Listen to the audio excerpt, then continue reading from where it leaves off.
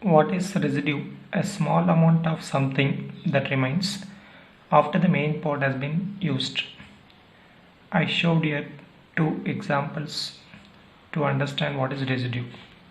Next, I am going to explain you how to evaluate complex integral by using Cauchy residue theorem step by step. Step number 1, to find poles of f of z. Step number 2, check what are the poles inside C. Step number 3, to find residue of f of z at the poles which are inside C. Step number 4, apply Cauchy residue theorem. The statement of residue theorem is integral over C f of z dz, which is equal to 2 pi I into sum of the residues of f of z at the poles. I repeat again. Step number 1, to find poles of f of z. Step number 2, check what are the poles inside C. Step number 3, to find residue of f of z at the poles which are inside C. Step number 4, apply Cauchy residue theorem. Before solving problem under Cauchy residue theorem, you must know what is modulus of z equal to 2. This represents a circle with the center 0, 0 and radius 2. How this represents a circle? Just see this explanation. Modulus of z equal to 2. Z means x plus iy. In entire unit, z means x plus iy. If we take modulus of this x plus iy, that gives you square root of x square plus y square, which is equal to 2. Now squaring on both sides, that gives you x square plus y square is equal to 4. It represents a circle with a center 0, 0 and radius r is equal to 2. Similarly, one more example. Modulus of z minus 3 is equal to 4. Can you guess what is this represent? Yes, as you guessed, 3, 0 is the center of the circle and radius 4. And one more example. Look at this.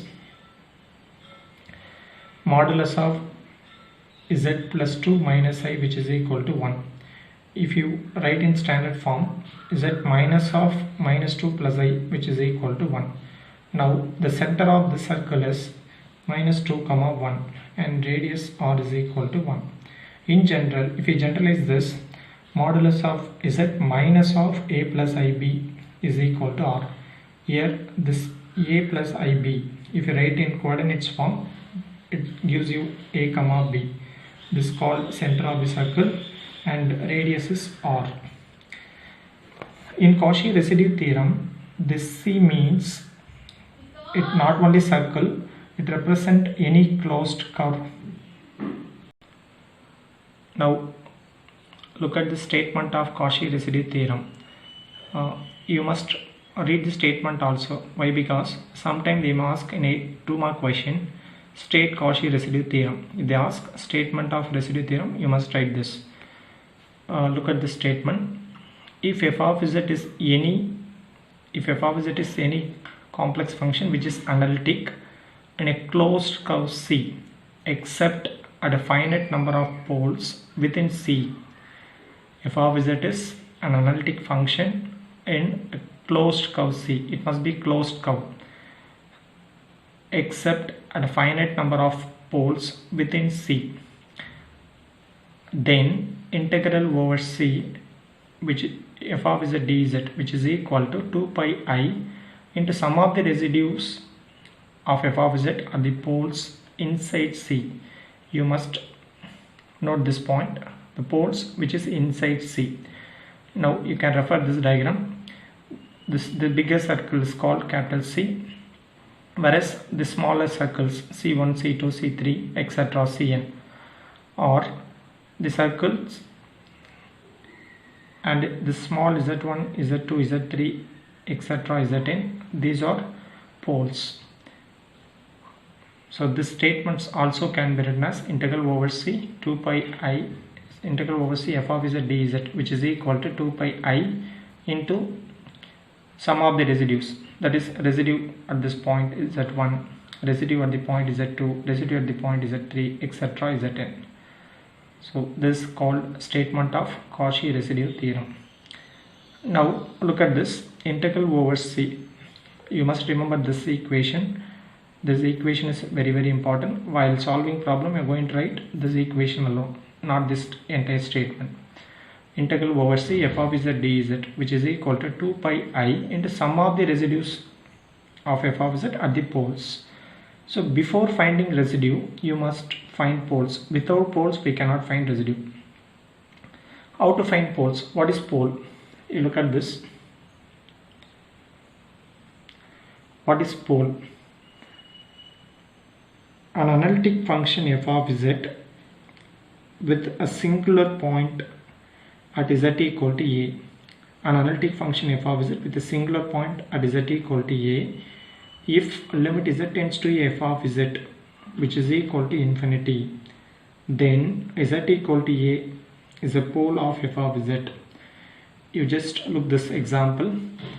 F of z, which is equal to z plus 3 divided by z plus 2 into z minus 1 whole square. When this numerator becomes 0, if z is equal to minus 3, then numerator becomes 0. So z equal to minus 3 is called 0 of f of z. Next, what is pole? For what values of z, this denominator becomes 0. If you put z equal to minus 2 plus 2 become 0. Denominator becomes 0. Similarly, one more point, z equal to 1. Look at these two. Z equal to minus 2 is a pole of order 1 or simple pole. Pole of order 1 is also known as simple pole. Next, z equal to 1 is a pole of order 2. Why it's order 2? Look at this. Z plus 2 is equal to 0 means z equal to minus 2. The power, nothing is there, means it's 1. So order 1. But look at this one. Z minus 1 whole power 2. Here this represent order of the pole. This 2 represent order of the pole.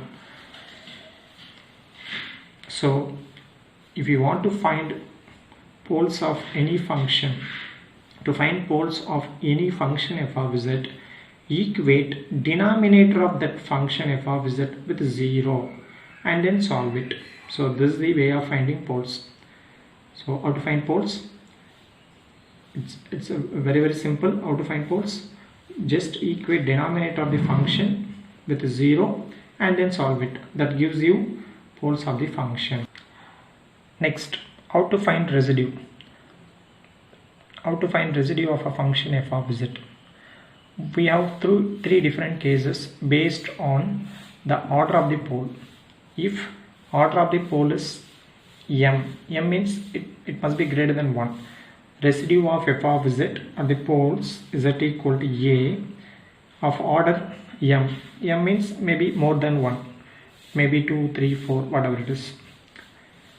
The formula is residue of f of z at z equal to a, limit z tends to a, 1 by m minus 1 factorial d power m minus 1 by dz power m minus 1 into z minus a whole power n f of z.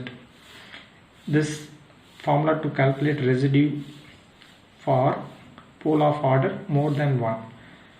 Case 2, residue of f of z at the poles z equal to a of order 1 or simple pole. As I said already to you, order 1 or simple pole both gives you same meaning. It is very easy to derive this formula from the case 1. If you put m is equal to 1 in the case 1, you will get formula for residue for simple pole or pole of order 1. If you put m is equal to 1, what will happen? 1 minus 1, 0. 0 factorial is 1. Here d power 1 minus 1, 0. dz power 1 minus 1, 0. Means 1 by 0 factorial into d power 0 by dz power 0. Means 0th derivative. Means no derivative. Z minus a whole power 1 into f of z. So if you put m is equal to 1 in case 1, that gives you residue formula of case 2. Limit z tends to a, z minus a f of z. This becomes 1. This no derivative means you can remove this term. Z minus a whole power 1 f of z. That's nothing but this formula. Next, case 3. If any function f of z in the form of fraction or quotient form, p by q form or p of z by q of z form, In this situation, the way of finding residue is different. You may use the above formula also, but compared to that formula, this one gives you easiest answer. If your function f of z in the form of p of z by q of z, provided this q of z not equal 0, is a quotient form, then residue for this function is p of a divided by q dash of a. Means just put this z equal to a in numerator. In denominator, find the derivative of denominator q of z, that gives you q dash of z. In that, replace this point z equal to a. This is a way of finding residue in different cases. Next, I'll explain you one problem, how to find residue. After that, we'll apply a Cauchy residue theorem to evaluate a complex integral. You just look at this question. Determine the poles of the function f of z and the residue at each pole. First, we need to find poles. As I already said to you, if you want to find residue of any function, you must find poles first. Without poles, you cannot find residue. Okay. Look at the solution. Given f of z is equal to this. Now, first we need to find poles of the function f of z. How to find poles? Yes, already you know. If you want to find poles of any function, you must equate denominator with 0. Here, what is the denominator for the function? Z plus 2 into z minus 1 whole square. That equate with 0. After that, if you separate this, z plus 2 equals 0 and z minus 1 whole square equals 0, that gives you this z equal to minus 2 and z equal to 1. Now z equal to minus 2 is a pole of order 1. Why this order 1? Already explained you, the power of z plus 2 is 1. So that's why its order is 1. But the power of z minus 1 is 2. So that's why z equal to 1 is a pole of order 2. Okay. Now, how to find residue? To find residue, we know 3 different formulas. Look this. 3 different cases. Case 1, pole of order more than 1. Pole of order 1. Next, if your function in the form of quotient. Now, in this problem, this z equal to, first I am going to consider z equal to minus 2. This z equal to minus 2 is a pole of order 1.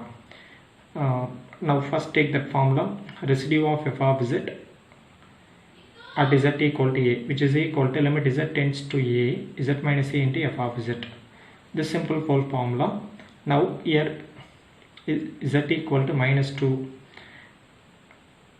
limit z tends to minus 2, z minus of minus 2 into f of z. F of z already you know. This here f of z. See this? This is your f of z. Now simplify this. Minus into minus become plus. So z plus 2 into z square by z plus 2 into z minus 1 whole square. Now cancel the same factors. After cancelling the same factor, what is the remaining we have? Z square divided by z minus 1 whole square. Now apply z tends to minus 2. If you apply it after simplification, you will get 4 by 9. This case 1 over. Next, case 2. Another pole is z equal to 1. It's a pole of order more than 1. So that's why I'm going to use the case 1 formula. Now here z equal to 1 and m is equal to 2. Now look at these steps. Limit z tends to 1. Instead of m, I'm going to replace 2, and instead of a, I'm going to replace 1. Now if you replace these in above formula, that gives you this step. Now cancel the same factor, and remember it in all, while finding residue in all problem, if you are finding residue at any point, you must cancel this factor with the denominator. In all problem it cancel. Without cancelling you cannot find. Why? Because if you apply limit directly, what will happen? The 0 by 0 becomes indeterminate form. So before applying limits you must cancel it. Surely it will cancel. Sometime it will cancel directly, sometime you must simplify, then it cancel. Now after simplification you got this z square divided by z plus 2. Now you know how to find derivative of this. Why you got derivative here? Here it's a pole of order more than 1. If order 1 means you won't get the derivative. If order more than 1 means you must get derivative form. Yes. Now your function, remaining function in the form of u by v. So apply u by v formula that you know already. I explained here. U by v whole dash is vu dash minus uv dash by v square. Now just apply u by v formula that you know very well. Now simplify this. After simplification you will get a residue at z equal to 1 as 5 by 9. Therefore residue of f of z at z equal to minus 2 and z equal to 1 are 4 by 9, 5 by 9 respectively. So for this question we found a residue for this question. Before finding residue you must find poles. After finding poles, find residue based on the order of pole. We have different formula. Next, integral over c modulus of z equal to 2.5 z square divided by z plus 2 into z minus 1 whole square dz, which is equal to 2 pi I into 4 by 9 plus 5 by 9, which is equal to 2 pi I after simplification. And the same function, but c is different. C is modulus of z equal to 3 by 2 or 1.5. In this situation, which is equal to 2 pi I into 5 by 2 into 5, which is equal to 5 pi I. Why? You think. It's question to you, students. Integral over c modulus of z is equal to 2.5 means it represents a circle with center 0, 0 and radius 2.5. If you evaluate over this circle, this function over the circle with this function, that gives you 2 pi I into 4 by 9 plus 5 by 9. After simplification you get 2 pi I. But the same function, but your circle is modulus of z equal to 3 by 2 means center 0, 0, radius 1.5. If you solve this over the circle, that gives you 5 pi I. You just think why. I gave you hint. By Cauchy residue theorem you need to think. You just compare the statement of Cauchy residue theorem with this, you may understand.